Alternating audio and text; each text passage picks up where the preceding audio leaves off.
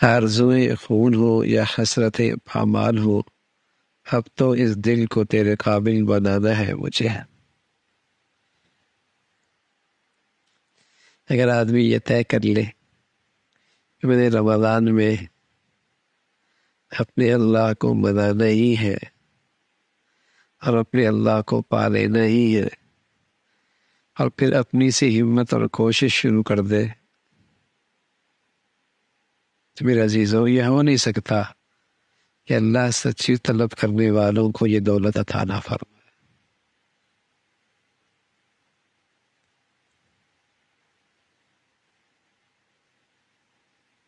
لیکن اندر یہ دل طے ہو کہ اب تو اس دل کو اے اللہ تیرے قابل بنا۔ رمضان نا تربیت کا مہینہ ہے۔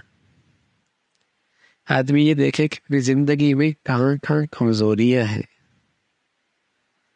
اور پھر ان کمزوریوں کو اس مہینے میں قابو پا لے۔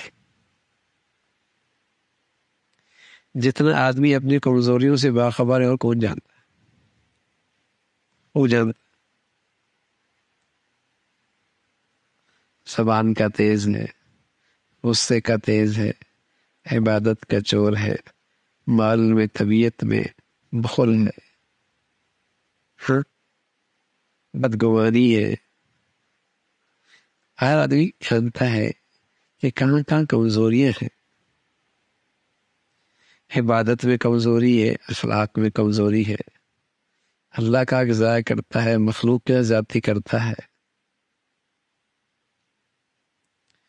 تو یہ ایک تربیت کا مہینہ ہے، تو آدمی ان کمزوریوں پہ قابو پا لے۔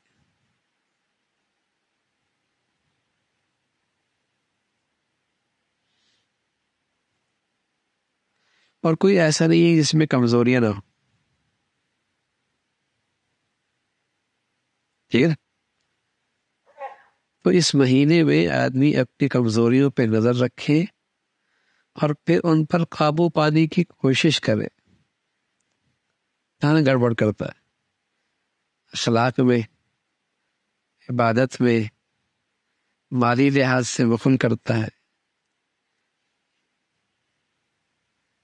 یا سوستے کا تیز ہے، یا زبان بے جا استعمال کرتا ہے، یا اس کی نگاہیں آزاد ہیں،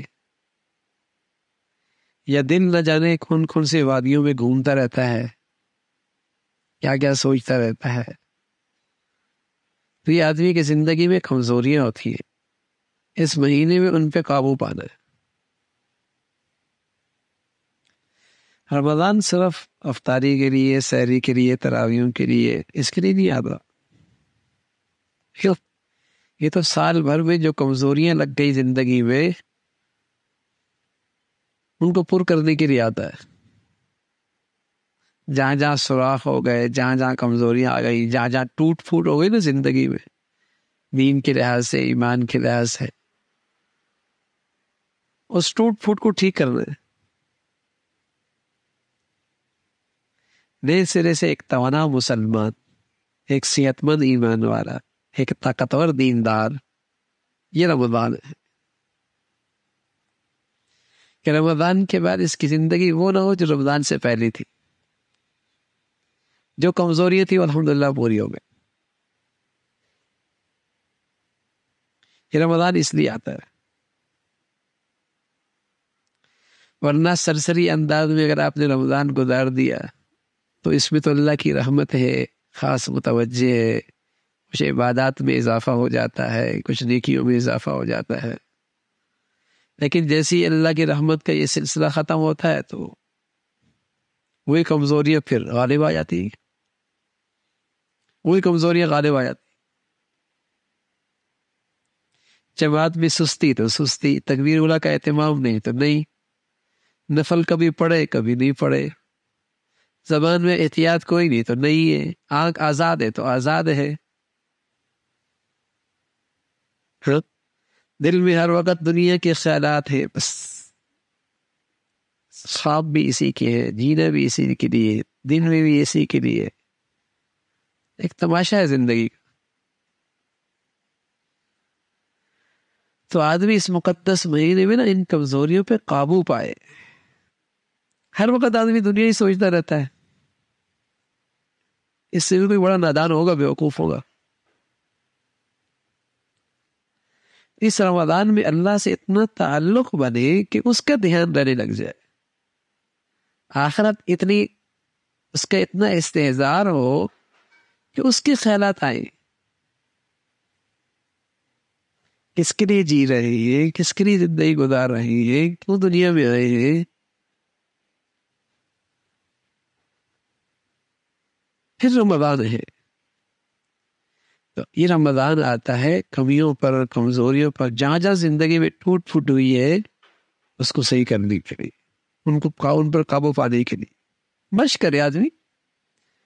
اس رمضان میں مجاہدہ کرنا آسان ہے، ہمت اس لیے کہ الحمدللہ فضا ہوتی ہے، ماحول ہوتا ہے، اللہ کی خاص رحمت ہوتی ہے، وہ چلا رہی ہوتی ہے۔ چلو بھائی سال بھر تو ٹھیک ہے کبھی ہوتا، اب رمضان میں مجالے میری ایک نماز رہ جائے، جماعت سے رہ جائے، تکبیر اولیٰ سے رہ جائے، آگے سے آگے بڑھے۔ بس اوقات مغرب افطاری کی نظر، جماعت افطاری کی نظر، مسجد کی نماز افطاریوں کی نظر، حول ولا قوت الا باللہ۔ تو یہ جو مقدس مہینہ ہے نا، اصل یہ ہے کہ جہاں جہاں میری زندگی میں کمزوریاں ہیں دین ایمان کے لحاظ سے، ان پر میں نے قابو پانا ہے۔ بس اوقات طبیعت میں ہوتا ہے، عبادت کا ذوق تو ہوتا ہے ماشاءاللہ، سخاوت بھی ہوتی ہے، لیکن اخلاق بڑے تکلیف دہ ہوتے ہیں، اخلاقی کمزوریاں بڑی تکلیف دہ ہوتی ہیں۔ یہ نہ چند دن کسی کے ساتھ رہ سکتا ہے، نہ بیٹھ سکتا ہے، نہ زندگی گزار سکتا ہے، ایسی کمزوری ہے۔ کچھ دنوں کے بعد وہ کاٹنا شروع کر دیتا بچھو کی طرح، زبان سے، طرز عمل سے، طریقے سے۔ یہ سخت کمزوریاں ہیں زندگی میں۔ تو ایک نیا انسان، ایک نیا مسلمان، تازگی اس کے اندر آ جائے، نئی زندگی آ جائے، یہ ایمان ہے، یہ ایمان ہے۔ پھر مزہ ہے رمضان کا۔